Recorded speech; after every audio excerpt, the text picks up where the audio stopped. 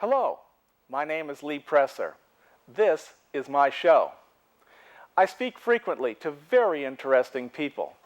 Some of these conversations are so exciting, so intellectually stimulating, I thought others might like to listen in. This is the reason we started recording Conversation with Lee Presser. Welcome to Conversation with Lee Presser. The Show Me Institute is a research and educational organization dedicated to improving the quality of life in Missouri by advancing sensible, well-researched solutions to state and local policy issues. Institute scholars study public policy problems and develop proposals. One of its analysts, David Stokes, recently wrote a case study about providing certain public services via the private sector. The goal of the study is to provide local government officials, taxpayers, and residents with examples where privatization can be used effectively. While there is disagreement about the specifics of which government functions may or may not be performed by contractors, there's no doubt that full ownership and operation of those services is often not necessary. During this half hour, we will hear from the author of the report. He will make the case for private administration of some public services. David Stokes, welcome to Conversation. Great to be back on Conversation with you, Lee. I'm delighted to be here. Well, thanks. It's a pretty hefty and thick report that we have here. It took me a while to get through this. Plus, also, I did attend a lecture that you gave at the Show Me Institute to describe this. So I feel like I'm pretty well prepared to have this discussion with you. I think that let's start at the beginning. What was it that made you decide that you wanted to write a report about privatization of some public projects? Well, I decided I've covered privatization since I joined the Show Me Institute in 2007, and I've written some smaller reports on the subject before this. And this paper, Government Privatization in Missouri, Successes, Risks, and Opportunities, is really a compendium of research I've been doing since 2007 that we sort of ramped up around 2012, 2013 in order to release this paper. I've been interested in the subject because back when I worked at the St. Louis County Council in 2002 and 2003, the St. Louis County privatized the pharmacy service within the county health department in 2003. And that was a tremendous success. And it was very interesting to be working there when they went through the proposal and went through the project, when the St. Louis County Executive's Office realized that the health department pharmacy, which is a pharmacy available to all county residents, but primarily used by lower income St. Louis County residents, that costs had been skyrocketing in the late 90s and early part of the past decade, and they needed a better way to control costs and improve service. So they looked into privatizing the pharmacy, and they went out for bids to private pharmacy benefit managers to say, what can you offer us? And back in 2003, Walgreens came back and said, we can operate the system for you, and we'll, everybody, all these county residents who are enrolled in the program to get a discount or in some cases free prescription drugs, we can operate that system for you and save a lot of money. And they did. So in 2003, they privatized the system, and almost immediately there were significant cost savings and dramatic service improvements, as all of a sudden the county residents who were in the program, they went from having one county pharmacy with regular government hours to suddenly being able to use any of the several score of Walgreens in the St. Louis area. That was what I was going to ask you. So they actually just had like a place, a room, where everybody from all over the county had to go in order to get these prescriptions filled. Right, the health department ran a county pharmacy. And they switched it over to you can go to a Walgreens and get the prescriptions there, which of course is closer to your house. And open 24 hours, and you can do orders via phone or fax, all this technology back then. Now I'm sure it's internet ordering and the like that the county didn't have. A couple of years later, they put the contract out for bid again, and Walgreens didn't win the next bid. A pharmacy benefit managing company called LDI in St. Louis won it. Walgreens didn't really care because they used LDI, so many of the prescriptions were still going through Walgreens. But now, dozens and dozens of local St. Louis County neighborhood pharmacies were included under LDI's plan as well. So it has I'm so interested in it because I saw firsthand how it saved county taxpayers substantial money, which we detail in the report. How, even more importantly, it improved services for the county residents who use the program. And finally, in a smaller way, it was able to benefit some just sort of local county businesses at the same time that were included in the program now. So it really was a tremendous win all the way around, and it demonstrated for me the power of privatization. Also, I guess it sort of shows that governments, what does the government know about running a pharmacy? You know, they know something because they were able to do it for a while, but they're not specialists. They don't spend, their whole lives studying this, and it's not the main thing that they do in life. Governments are governments as opposed to being pharmacies and pharmacists. That's an excellent point. And one of the key benefits of privatization is that it allows governments to really focus on the core functions of government: public safety, operating the council, local roads, the local parks. It allows you to really get to the key functions of what your government is supposed to be doing, and then through outsourcing or asset sales or whatever is appropriate, it allows for these other public goods, which are important, such as perhaps a pharmacy in St. Louis County, or who runs your municipal golf course. These other things can be contracted out or sold, generally contracted out, to experts in that field, such as companies that manage public and private golf courses for a living. And now your city or county can stop trying to manage a golf course and focus on the key things, and while you can outsource the management of your local course or swimming pool to people who really specialize in that. Before we go any further, you made a point at the lecture that I attended of talking about those things that you felt should be managed by government and those things that could perhaps be managed under contract by private companies. Would you care to just discuss which organizations or what part of government goes in what category?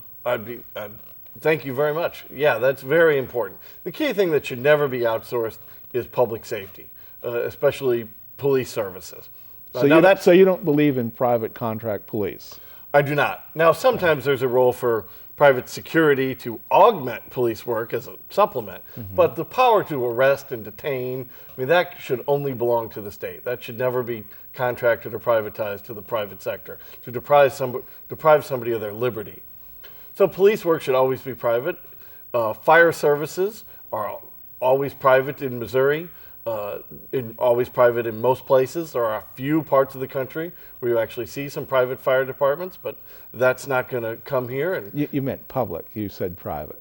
I mean private. No, there are a few parts of the country where there are actually private fire companies that serve governments, but that's very rare and doesn't happen in this area. Now, is that volunteer fire you're talking about, or do you consider that a public function?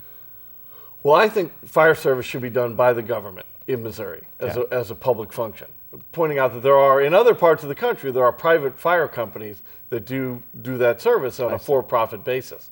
But we don't have that here or in Illinois, to my knowledge, and it's not coming, and so it's nothing to worry about. It should be done by the government. Similarly, government itself obviously should always be done by the government. We should never contract out the making of laws or the public hearings necessary for any of that.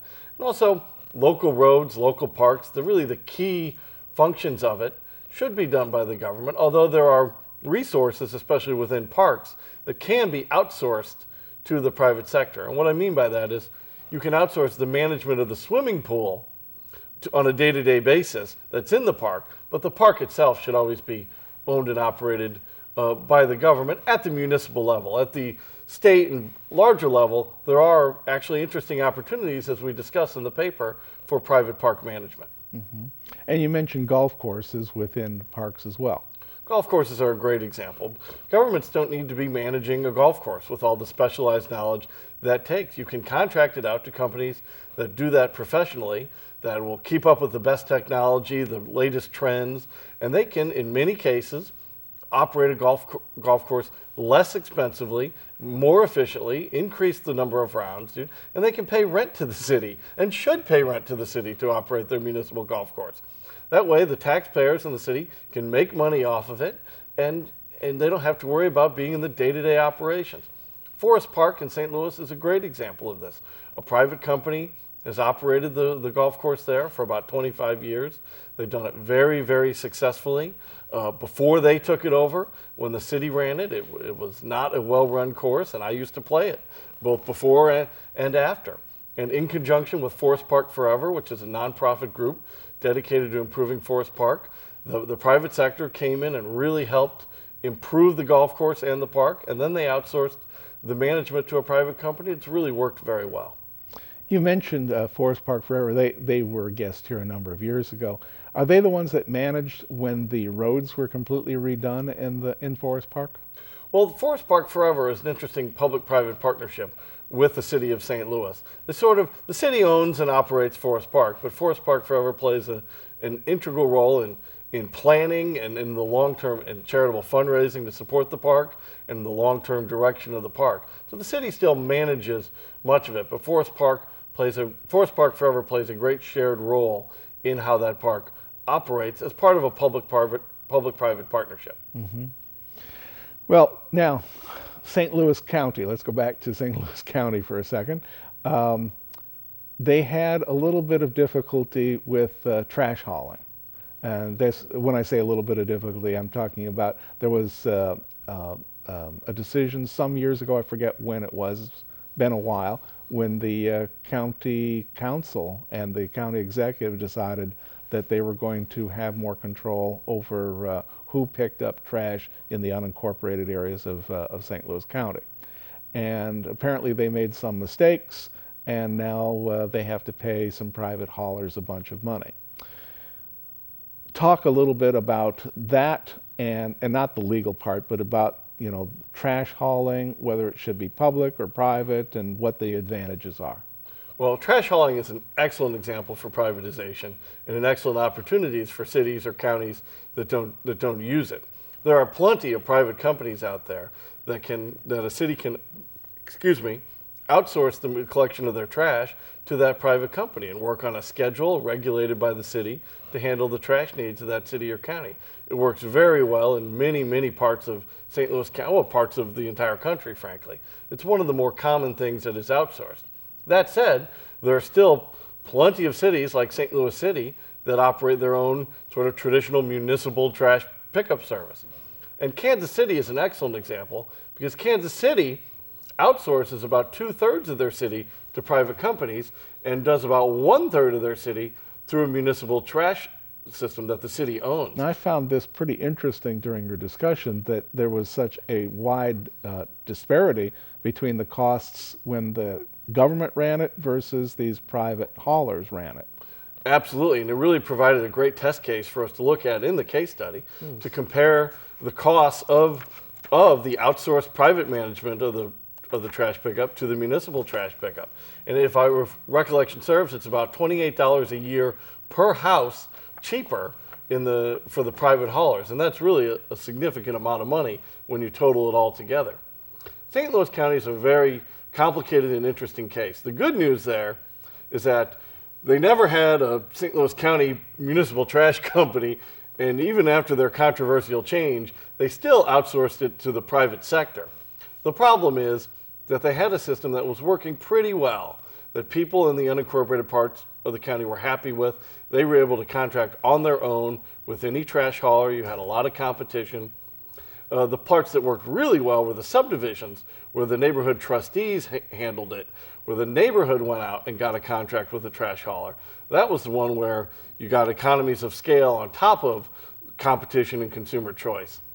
So that worked well. And then the county came in and decided they wanted to impose sort of that model on all of the unincorporated county, where they... Trash districts, I think they called it. They created trash districts and then outsourced the bidding, allowed a bidding system for each of those different trash districts. Now, it's important to remind people that they were still using private companies as part of that. However, there were state laws requiring how they went about doing that process.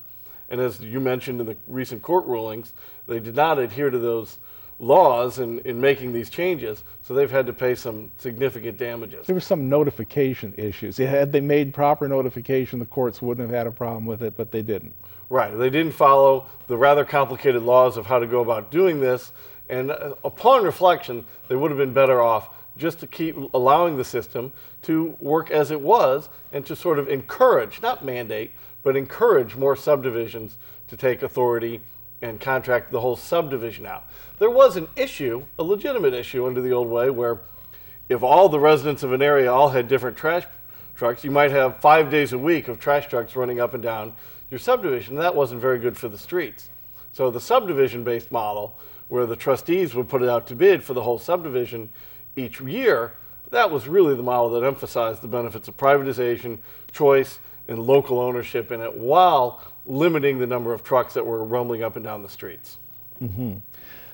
Excuse me. Speaking of roads, let's move on to that topic next. Now, you have some areas you think ought to be privatized in the road business. Talk about that. Well, it's a great bi-state example because, of course, Chicago was one of the leaders in that when they outsourced for a century, I think it was 99 years, the management of the Chicago Skyway, which is a lesser-known interstate highway just south of downtown Chicago to Indiana. And it was very interesting because it was a city-owned toll road as part of the interstate system. Chicago owned this? Chicago owned it. It was built before the modern interstate system and then incorporated in, and that's why Chicago had the freedom to do this. But they outsourced the management of that to a European consortium for over $1 billion. I mean, it was an enormous amount of money that Chicago received, and at the same time they did that, Indiana outsourced the management of the Indiana Toll Road, which the Skyway fed into, for even more, for a couple $1 billion. So these are excellent examples of how these assets that the government owns can really be very valuable. And these private companies from around the world who specialize in operating toll roads have come in and I've driven on the Chicago Skyway and the toll road now since it's been privatized, and I thought it was excellent. You pay your toll. You don't have to. Both these roads have other roads that can serve you, and if you want to sit a little longer in traffic and not pay the toll or pay a government toll, you can do so. But a lot of people choose to use the private option there. Now that's how it's working in Illinois. In St. Louis, we don't have any tolls in St. Louis or in Missouri except for one bridge in the Ozarks. What we have a lot of in the St. Louis area is private neighborhood streets. And we're sort of been a leader in this model for the past century, where a lot of subdivisions in the central West End and in Clayton, Ladue, U-City, and other parts of the county are just completely private roads, where the neighborhoods and the residents own the road, pay to upkeep it through neighborhood assessments, and a management each year. That's becoming a little less popular over time. I think government is better able to manage that road now than it was 100 years ago.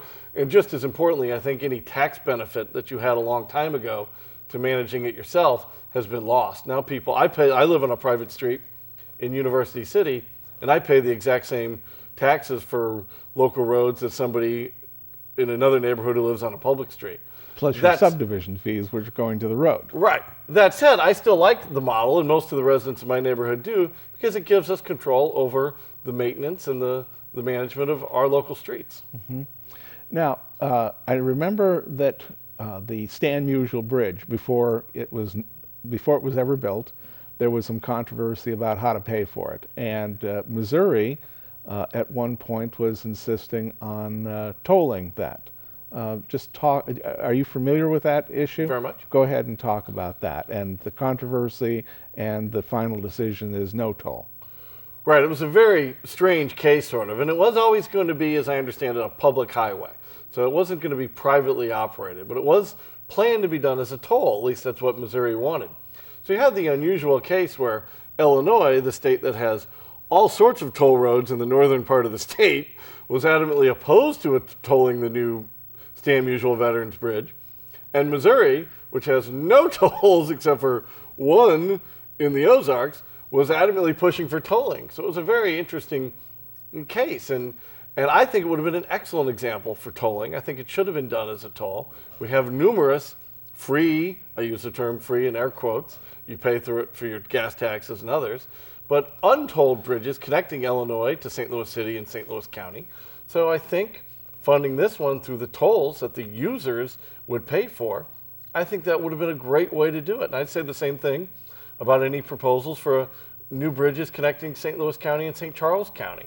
We have enough untolled bridges now. I think if there's going to be another in the future, it should be done via toll so that general taxpayers don't have to pay it through the general gas tax, and that the specific users and hopefully the private sector in those cases who could be discussed to finance it and build it, that's how it should be done.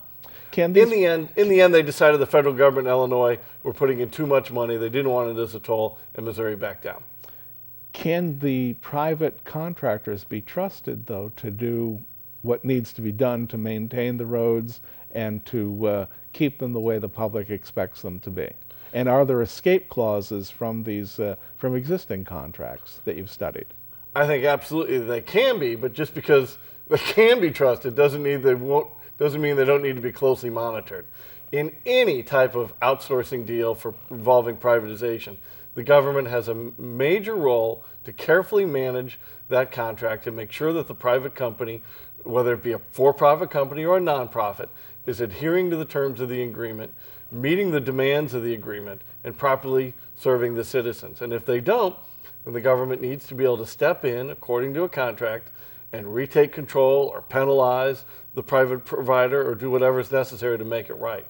In any of these deals, whether it be a large-scale transportation project or just a small outsourcing of a swimming pool or an animal shelter, the government has a major role to continue oversight to make sure that taxpayer dollars and public good is being properly served and properly met.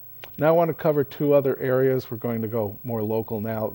Clayton and its ice skating rink, and then you just mentioned animal control. Those two issues I believe you think are both ripe for privatization.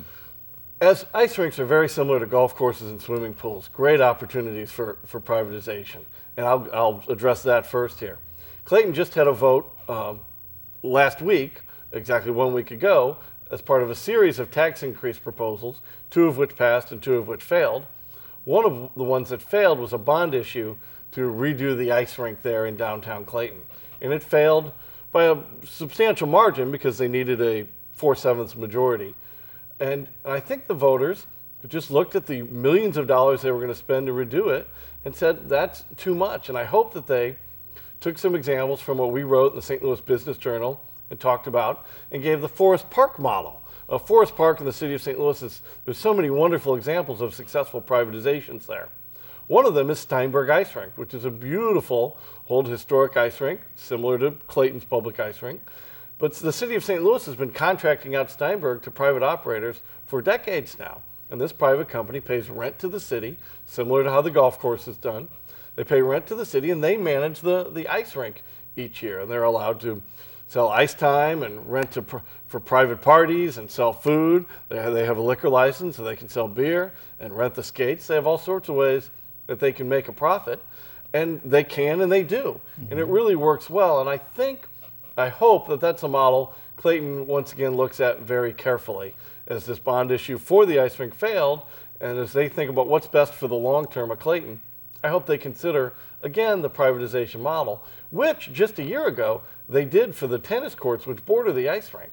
They contracted out to a private tennis club the operation of those tennis courts. I think that's working very well. Animal control is a good example that not all of these things have to be with for-profit companies. There's a very strong role of nonprofits in privatization, in operation in community centers with the YMCA or animal control with the local ASPCA or local Humane Society chapter. And you've seen cities around Missouri, especially in the Kansas City area, this has been very, very big, where they contract out animal control, where the city helps subsidize. They still use tax dollars, but local charities like the ASPCA step in and manage animal control and manage the capturing of lost animals, the adoption series of abandoned animals, euthanasia when necessary, because many of these contracts are still kill shelters, for lack of a better term. But it's a system that's working very well that I hope really expands around the area. That's nonprofit use for things like animal control. Finally, one of the last low-hanging fruits for Missouri and Illinois local government is fleet management. There are rental car companies like Enterprise that can manage large-scale government fleets much more effectively and efficiently than a city or county can itself.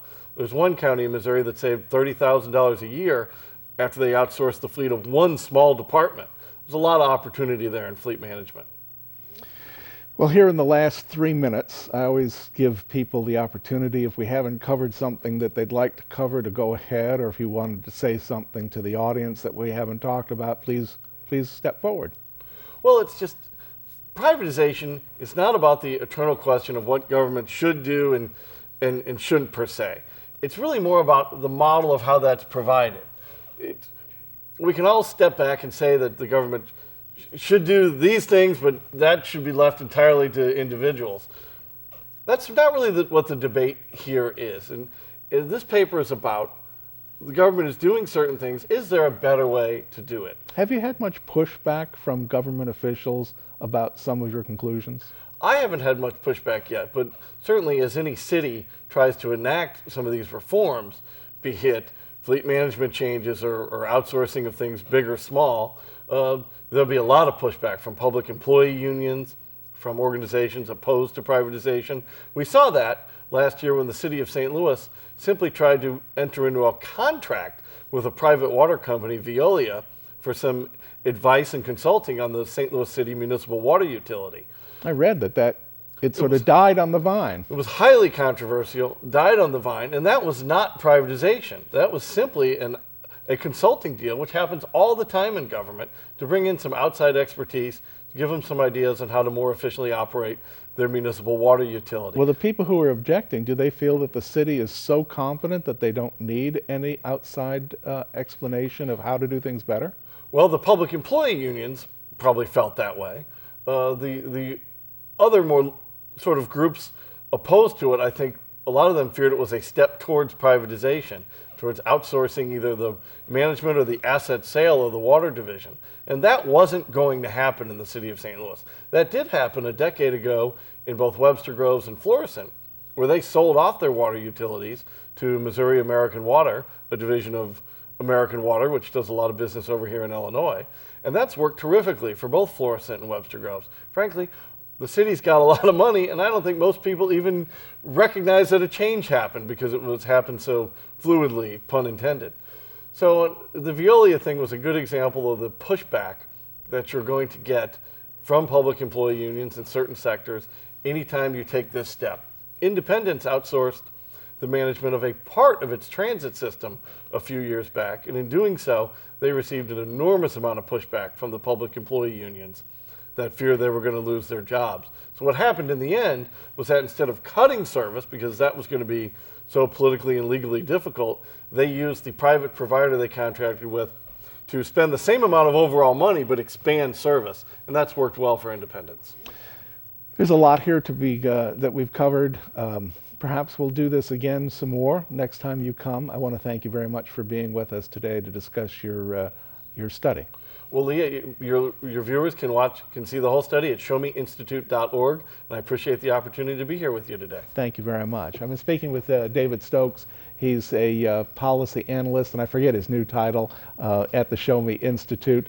It's a pretty good study. If you are in government, you ought to take a look. Thanks. See you next time.